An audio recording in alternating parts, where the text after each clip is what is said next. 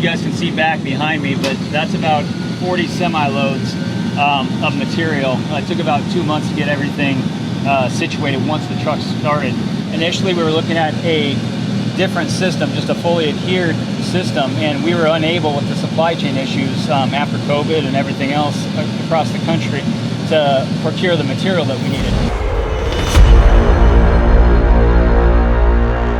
What's up, YouTube? We are on site with two of the top commercial guys in the country. Inside this YouTube, you're gonna learn how to handle level 5 commercial roofs, how to win the bids, how to get the jobs done, the details of one of the most complicated flat roof systems I've ever seen. This is a wind-bitted system that has a wind warranty for 200-mile-an-hour winds. And I'm here with Director of Commercial, Joe Sciba. I'm here with the top project manager from RRCA, top salesman, Jeff Knapp. Man, Jeff, this is a heck of a project, buddy. Thanks a lot for your hard work. Yeah, you're welcome. This was not an easy project for you, was it? No, it was about a year in the making to get everything put together from day one of getting out here. Scaling over basically getting and assessing the scale of the project, doing the core samples, a multitude of meetings to assess what the client actually wants and needed, and a lot of competition too. There's about 15 other general contractors that we're working against on this.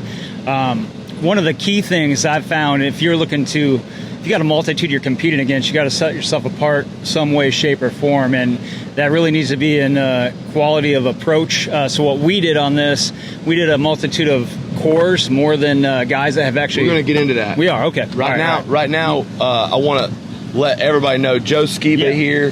He is the new director of commercial at RRCA, and you did it, educating yourself. Tell us, how you got into commercial. You were residential. And give us a little bit about your background. Well, I started off doing a lot of residential projects, and I instantly shifted to high-end residential projects, doing tile, metal, stone-coated steel, stuff like that. And then, I was intrigued by the commercial projects. I just instantly fell in love with flat roofing. The previous director, Cagney, he taught me a lot about those projects, and I was always his go-to problem man. When there was a problem, he called me, and, I was eager to learn. I was eager to find solutions, and just educating myself and being solution based is kind of what got me here, and I'm excited. Yeah, and you educated yourself on the systems. You and Cagney took a lot of classes. You did a lot of the work as the licensed subcontractor on the jobs. Jeff, how big is this project? Roughly 1,700 square by the time we're all done. Okay, 1,700 squares. Talk to them a little bit about the system, what we're doing here. Yeah, this is a wind vent roof assembly. Basically, it's got one-way vents that come in on the perimeter on the inside of your roof, and everything else is more or less loose laid, which sounds like it could be problematic. But the way this thing is so loose laid, you mean there's no nails, no glue? That's correct. The feel of this is actually loose laid. So you have your insulation, your board, and then your single-ply PVC is the product. It's a calendared product, so higher end, especially with the property we're working on here. The harder the wind blows with these wind vents, basically it's a one-way valve, it sucks the roof down tighter. So our warranty is going to push up, and anything at least up to 150 mile an hour for 30 years, this property is going to be covered. They've done studies out in Florida, same system, half of the roof was fully adhered, half this. Hurricane blows off that side, the other side stays, and people go back with the wind vent system. Hey, we have one, New Smyrna Beach. We installed it. It went through Hurricane Irma. It also went through recent storms, and we had no damage. But there is some risk in this. If you don't properly get this thing vented correctly, if you don't keep the wind out, the roof can get blown off. There can be a lot of loose. So, Joe, here on Quality Control, what are you looking for? So, Jeff, here's an example of the vents in this wind venting system. Could you just give a brief description of how they work and how you place them throughout the building? Yeah, how they work, it's basically a one-way valve. So the harder the wind blows and hits the valve, it actually takes there's an air barrier on the bottom, it actually sucks the roof down tighter. So you would think the harder you blow, the more force is pushing it off. That happens in most systems. This is exactly the opposite. The more wind, actually, the better with what we do. Now, if you look down at the vents here, Your initial vents in your corners are usually done, they call it a 5 and 9, which is basically a 5 foot out from one wall, 9 from there. And spacing is real key as we go around the whole perimeter of the project. It's going to always be 5 foot out, but roughly about every 25 foot. So you look at your whole square footage and you look at the wind load and the pressure load it's going to be, and then you calculate from there. We don't need to get all into that detail, but that is key. So what I'm getting at, details on this type of engineered system, paramount. It's just huge. What's the warranty like on this system? We're putting on the max. So this is a 30-year warranty, Cat 5. That's 150 mile an hour wind that this thing can sustain. So hopefully we don't get tested this year, but if we do, we'll be coming back with another video to show you how well this performs. Now, I know that on the bidding process of this job, you were up against 15 other contractors. That's right. What do you think landed you in the top spot, and what are some of the things that you think separated yourself from the competition? Yeah, I think putting the time and care into the facility, they saw me out here very regular. I did well north of 30 cores in the areas that I knew were important. You can't ever rest on your laurels. Other guys that had performed work, GCs out here prior, they did a lot less pre-work on it. So they didn't verify why they were giving them the bid in the information in the system they wanted to go on, where I went through in very high detail. Did have to present to the board. Out of that 15, 2, maybe 3 of us actually got to present in the end. So it wasn't one until you cross that final touchdown line. You had to complete all the steps. So ultimately, being really thorough and investing a lot of time in the pre-work and in your offer probably separated you quite a bit, and it even gave you the opportunity to meet with the board. It is, and finding out what their issues had been and how I really detailed out in the presentation paperwork I did how that would mitigate and eliminate the issues that they had prior. So on projects like these, no matter how much pre-work you do, no matter how much planning you do, there's always issues that come up. What are some of the issues that you've had, and how were you able to overcome them? Yeah. Key thing on the issues, if you, I don't know if you guys can see back behind me, but that's about 40 semi-loads of material. It took about 2 months to get everything situated once the truck started. That's great that we were able to attain what we needed for the wind vent system. Initially, we were looking at a different system, just a fully adhered system, and we were unable with the supply chain issues after COVID and everything else across the country to procure the material that we needed. Was it glue that was the problem? It was everything. ISO, glue, fasteners, and timing. We couldn't get any type of guaranteed dates, and the board out here wanted some guarantees of when we can actually get the system done. So I exhausted everything solution-wise, and we pivoted to the wind vent system. We had additional benefits with that system. There were also additional costs, but it worked out in the end to serve the client better and allowed us to move forward and retain the project, and now we're executing well on it. All right, so with these projects, and when you got a lot of exposure on such a large facility, what were some of your fears, and what are some of the problems that you've had with this issues with water and working at night? It's real hot. I know we're working at night, and we also have a lot of weather. We're in the rainy season. So how are you overcoming that? Yeah, being here in July, August in Louisiana, there's no way to get around it. It rains almost 2, 3 o'clock every single day throughout this project. Initially, we were able to start 4 or 5 in the morning, push up till about 2 and pull off. Well, that's now changed with the weather patterns, so we've had to adapt. So we pushed to a night crew opportunity, which is letting us get done what we need to. If you look at what's below my feet here, this is a Grace Ice and Water Shield. It's got a lower melt temp. That simply means that it adheres a lot faster and a lot more intense than other ice and water out there.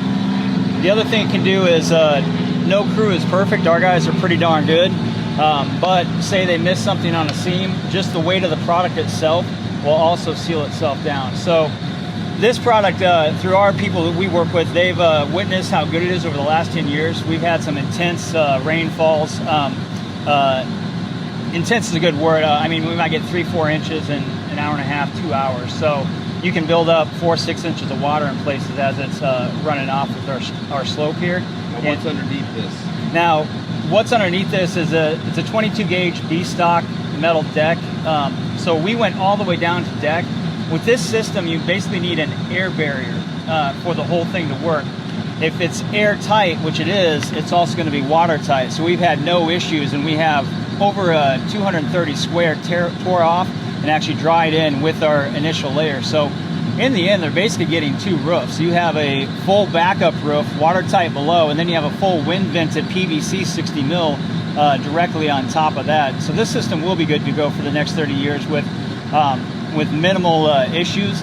A beautiful thing about this system too, should there ever be any water infiltration, you can repair that part just because it's a PVC, but it's a self-drying system as well, which you don't hear that very often in the industry. But with the valves and with how it takes the wind in, it'll actually dry itself too. Yeah, so what you mean by that is it allows the moisture to escape. So if you have a leak, you have some type of penetration that allows water to get in it. You don't have to rip everything off. You can patch the hole and the moisture will escape. The moisture will escape, and the air will basically dry it out, push everything out. Okay, and I see, as with any other ice and water shield, on tile installations, you want to put this down and then you're rolling it with the roller immediately after? We are. Yeah, you have to roll basically every square inch, and then we're doing a 4-inch lap, and it's got to be real precise. Some people think you just lay it down, but that's not the case with this stuff. You got to watch each roll. And then we're doing basically a fastener and plate on each lap as well. So it's extra insurance, if you will. Guy I know, Ralph, in the industry, says use the suspenders with the belt. So we do the extra here at RRCA, and we can handle bigger stuff like this. If you pan around a little bit on this project, Haight, our owner, he called it right. Out of a 5-class roofing system, this would be a class 5 in terms of difficulty, and we're handling it well. So as you can see behind us, there's a lot of equipment on the roof. There's a lot of penetrations. What are you doing to prevent any issues with that? Yeah, we're pre-planning every day. I have a HVAC crew on site 24/7 out here, unless we take a Sunday off or something of that nature. We also have what's called a mechanical crew as a backup should we need that, should we have any issues. What you have running is thousands of foot of chiller pipe. When you get to the heavier units on larger facilities like this, it's not the same HVAC or medium-sized commercial. You move to a whole entirely different system. So you got to pre-plan, you got to have your people on site. There's supports underneath all of this piping across the entire facility here. So a day or 2 days prior, we got to let the HVAC guys know where we're going to be working, what we need moved, and then we also need them on standby as well. You have drainage piping running off these units. If any of that gets broken or you break your P-trap or anything like that, what happens in these units is thousands of gallons of water will pressurize inside the unit and drop literally inside whatever facility you're working on. So there are some details that we watch very closely as we move throughout this project, and then we work directly with the HVACs on staff as well. Fortunate for us, they have 24/7 staff to aid us if we need that. So now that we're working until sometimes 2, 3 in the morning, we keep everybody versed on what's happening. So, in my experience on some of these flat roofing projects, when you bring a crew up here to look at these jobs and they see something like this, a lot of them just hop in their truck and they pack up. So I think it's a testament to our crews and our project management being able to coordinate a project like this and maintain the schedules for a facility like this that's holding you to a higher standard. So just our attention to detail and all of it, we appreciate all of it, and I think it's been a great project. We're almost we reached 60% completion on phase 1. We're going to touch back after completion of this phase and move forward with the rest of the project. But so you as the project manager, there's a lot of pressure with these type of projects. What angles are you receiving the pressure from right now? Yeah, it's really threefold. It's ownership and corporate with our company, because understandably I've ran businesses and chose a very qualified business to put my future years into RRCA. Mm-hmm. But they call it protecting the house, but you have to protect the financials for your own company so that we can do the good work that we do ongoing and warranty it.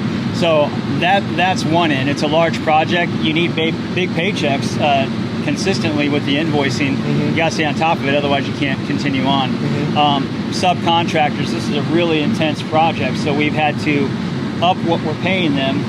They've had to explain to us why, and when it was warranted, we are in agreement that we had to do that, so we've had to increase their pay as well. We have some change orders coming. And then you have the ownership of the corporation here as well, so they want to pay just fair pricing. So from a management standpoint, I have to really outline why we're asking for whatever it is we need to on a change order. I mean, if it's another $200,000 to $500,000, it needs to be really detailed out as to why. So that's what goes into it. Any big project that you see that's going smooth, there's one hell of a management, not just one person. It takes a team. Without my team out here, there's no way I could run it the way that it's going.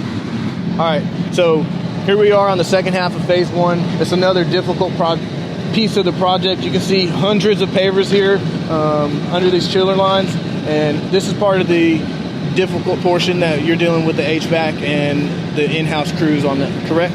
Yeah, everything is, these large chiller pipes are all posted up, and then they have pavers underneath, so we have a separate crew from the roofer, so we don't wear them out, but they're going to move everything ahead of time, so we're just going to game plan it and just step-by-step operate through.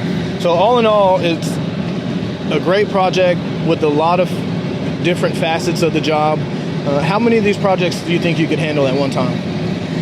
If it's just me, it would just be one, but that's not how we operate. We have superintendents with RRCA, so I came in basically to get everything rolling, to get it solid, to get all of our processes in place. Speaking with the owner, Haight, we have some good conversations about what works, what doesn't work, how to get solutions-based every time we talk. But I did get lost in the sauce just a little bit, as he would say.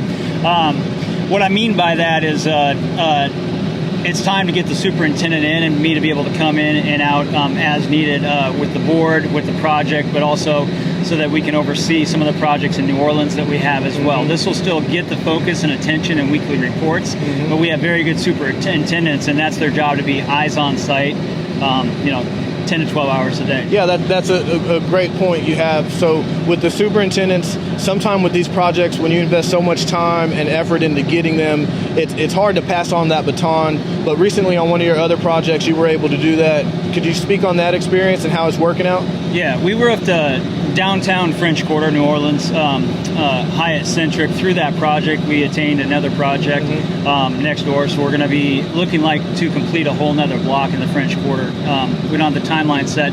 We have started on that project, and like with anything, you got to get out of your comfort zone. When you see you've hit a stopping point in your career or life where you can't get past it, you got to make a change. So John Gilliland, very qualified, ton of experience in Louisiana construction. We talked through the job actually prior to me taking it on, because I wasn't comfortable taking it on unless I knew I had good management. So I actually set that up from the get-go with John to manage it. I also set it up with the managing partner, the owner representation, the engineering firm on site. So if you set it up properly, they know that you're bringing someone directly in. Now, I still communicate directly. I still go out every couple weeks and check on it. But the point of contact and conversation and management is now John to Monty, the owner on that project. And being able to let go of that project, trusting in John, and that the crew's still going to get it done, and John's there on site taking care of any of the issues that come up. Y'all are able to communicate, and being able to do that, you're able to free yourself up to move on to other projects and to. It was the only way to multiply. Yeah. I mean, I saw reality of I could only do 2 large projects a year, maybe 8 to 10 million. With additional management, I could probably run 3 at a time, and then come in systematically and probably run about between 20 and 30 million if done properly. And that's what we're looking to do with the commercial division. We want to be able to sell these big jobs and multiply our project managers, be able to keep moving on to the next project while we're building these projects in a sufficient manner where everybody's making money, the clients are happy, and we know as the representative, as the guy who sits in the boardroom and signs the contracts, that we can lean on the team and continue moving forward with our book of business. So, that's correct. And it's necessary. There's no other way to effectively do it, in my opinion. Yeah, well, I think it's going to be a process, but we're working towards it. And if you're looking for a good place to sell commercial roofing, RRCA's got open arms for qualified commercial representatives. We're not letting anybody who has a heartbeat come in anymore, and we want you to have the right qualifications and want to be part of the team. And moving forward, we're going to just continue to grow and have a home for qualified, skilled commercial reps. So part of our commercial division, we have a call center and we have a separate marketing department. And what I have been working to implement is higher end targets and a really highly targeted list with multiple angles of attack to where we can get good leads for the representatives like Jeff and be able to send him a text message in the middle of the night and say, hey, we need you to get to this nursing home facility tomorrow. You have an appointment. And, that's just one area that we've been working on. And, like and subscribe to this video. If y'all guys are watching, we want to know that you're resonating with this content, and we're going to put some more out for y'all guys. So if you're looking for somewhere to learn commercial, if you're looking for somewhere to use your talents that you've been honing over the past 10, 15, 20 years, we have a home for you. And come sit down with us, come meet with us, speak with Jeff on his experiences with the company, the hurdles that we overcome. Everybody here is solution-based, and we're looking at moving forward and learning day by day. So if you're looking for somewhere to come work, we want to have that conversation. And on another note, if you're an owner and you own or you manage facilities like this, we're looking to work with you and build that relationship so we can service your properties over the years to come. This journey for me, I started as a sales rep selling residential homes, shingles, high-end residential homes, and now we're moving into the commercial division, and we want to work with owners that take pride in taking care of their property and are focused on being proactive instead of reactive, even though we do offer a storm response service for commercial property owners, and we can react to any catastrophe where we'll monitor your property for you and immediately show up after a disaster and make sure that you're dried in.